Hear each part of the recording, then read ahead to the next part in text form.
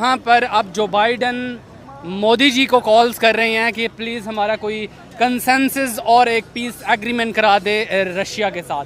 तो एक huge difference आपको दिखता हुआ दिखाई भी दे रहा है पाकिस्तान और हिंदुस्तान के दरमियान में अब। और हिंदुस्तान ने मोदी जी की सरबराही में यकीनन अपना जो कद है वो इंटरनेशनल सोसाइटी में थोड़ा बुलंद ज़रूर किया है। तो it shows India strength now right now. इस वक्त वो इंडिया की ताकत को भी नाउ जाहिर कर रहा है, क्योंकि अभी नाइला जिस तरह के रिलेशनशिप इंडिया के दीगर ममालिक के साथ हैं, यहाँ तक कि मुस्लिम कंट्रीज़ के साथ पाकिस्तान से तो कई हद बदरजा बेहतर और बदरजा अतम आपको दिखाई देंगे। ठीक है सर, देखिए मेरी बात सुने। जब मोदी साहब मैं आपको इंटरप्ट कर रहा हूँ क्योंकि एक बहुत इम्पोर्टेंट जो नुक्ता है वो मिस ना हो जाए।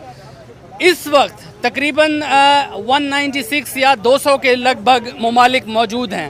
इन 200 में से इन 204 में से सिर्फ इंडिया ही वो वाहिद मुल्क है जिसने बैक वक्त दो मुख्तलिफ जो राइवलरीज हैं एक दूसरे की, दो मुख्तलिफ ममालिक जिनकी आपस में जंग चल रही है, उनका बैक वक्त दौरा किया है और दोनों ममालिक में डंके की चोट पर यह बात की है कि दोनों ममालिक आपस में एक टेबल पर बैठकर कोई पीस एग्रीमेंट तय करे और दुनिया में अमन और शांति का जो नया चैप्टर हो उसको शुरू करे। अब मैंने आपको जैसे बताया कि India is strengthening strategically day by day, ठीक है ना। हर आए दिन के साथ India is growing up and इसमें अमेरिका का बहुत बड़ा किरदार है। अमेरिका के बलबूते आप नहीं कह सकते कि इंडिया नाउ मौजूद है, बल्कि एक दोनों के जो म्यूचुअल कॉन्सेंट से इंटरेस्ट के साथ ये अब मौजूद हैं।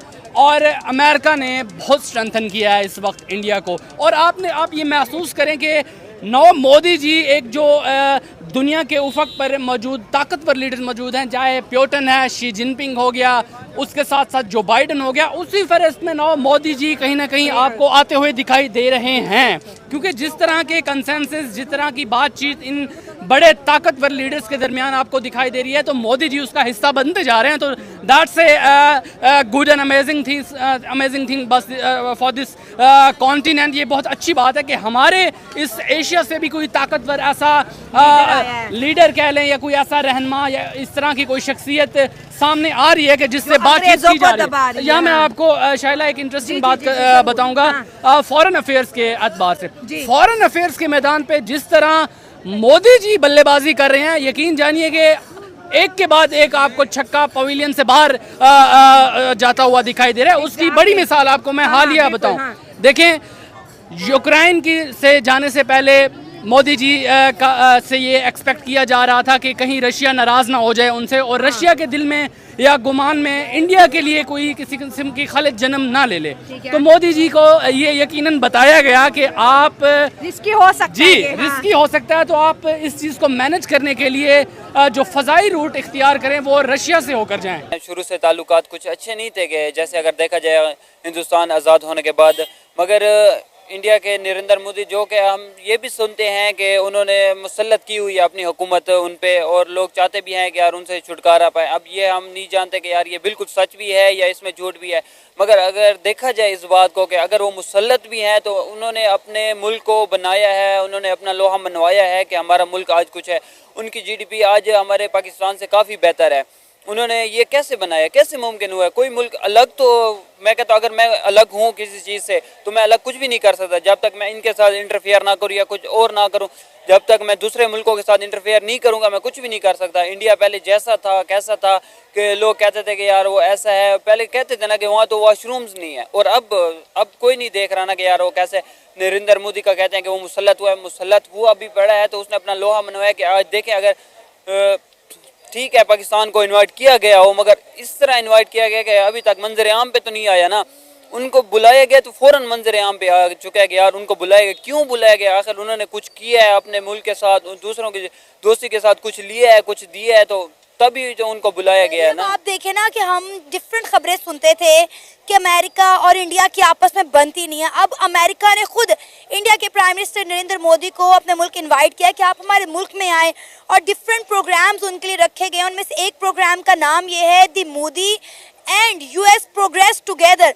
आप अंदाज़ा लगाएं इसके नाम से कि कहना क्या चाह रहे हैं कि अमेरिका और इंडिया एक साथ तरक्की करेगा। पाकिस्तान कहाँ है?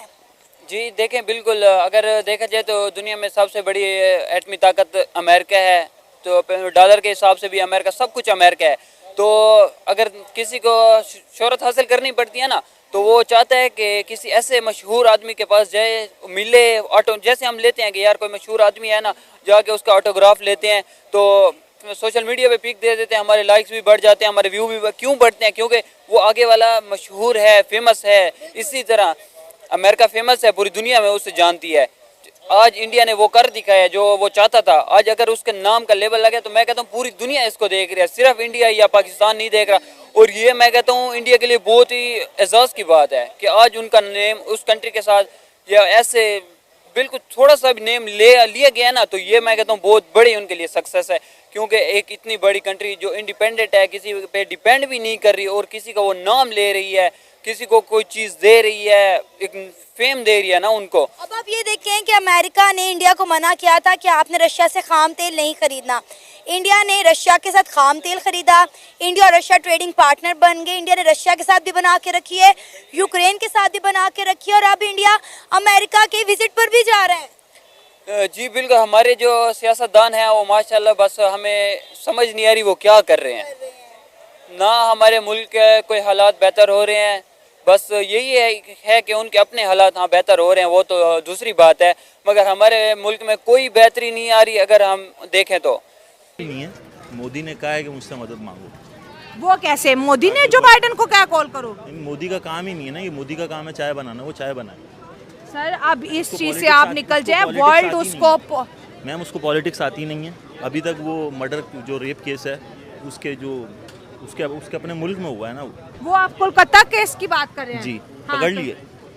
वो तो कोलकाता की गवर्नमेंट देखेगी ना। कोलकाता की गवर्नमेंट इंडिया में है, कलकत्ता हाँ इंडिया में ही है। इंडिया का जैसे हमारे केपीके के मसले केपीके में हल होते हैं, पंजाब के मसले पंजाब के। मोदी से जो बाइडन क्यों मांगेगा? जो बाइडन के पास इतना फारिग टाइम है। तो जो बाइडेन ने फिर कॉल क्यों किया है? कॉल तो पूछने के लिए की होगी ना कि कलकत्ता रेप केस जो हुआ है उसके मर्डर पकड़ लिए। नहीं सर, मेरी बात सुने, अमेरिका ने खुद इस चीज की तस्दीक किया है कि जो बाइडेन ने कॉल किया है, वो तो कह रहे हैं कि मोदी साहब मैसेंजर ऑफ पीस हैं। अमेरिका ने एक और तस्दीक की थी कि उसामा बिन लादेन को मार दिया पाकिस्तान में। हकीकत है? तो हकीकत नहीं है, आप बताएं। हकीकत है? हकीकत ही है। देखा आपने उसामा बिन लादेन को पाकिस्तान में कब आया था? तब तो मैं शायद बहुत छोटी थी, मैंने मारा तो क्यों नहीं देखा था? उसको। मारा क्यों था? 9/11। हाँ। 9/11 किसने करवाया? किसने कराया था? कॉन्स्पिरेसी एक चीज़ होती है ना, हाँ। हर चीज़ के पीछे कॉन्स्पिरेसी होती है। कॉन्स्पिरेसी कौन करता है? कौन करता है? यूएस से। अच्छा फिर? यूएस से क्यों करता है कॉन्स्पिरेसी? हाँ सुपर पावर है, अपनी अच्छा। पावर दिखाने के लिए। हाँ। पावर दिखा रहा है वो, इंडिया पे भी दिखा रहा है, हाँ। सब पे दिखा रहा है। लेकिन इंडिया तो उसकी पावर में नहीं आ रहा है। इंडिया ने यूएस ने तो ये भी कह दिया था रशिया से ऑयल ना खरीदो, मोदी साहब ने जम के तेल ये खरीदा। ये सिर्फ कहने की बातें हैं कि इंडिया या पाकिस्तान उसकी पावर में नहीं आते, सब आते हैं। ईरान, इंडिया, पाकिस्तान, पूरा एशिया यूएसए की पावर में ही है।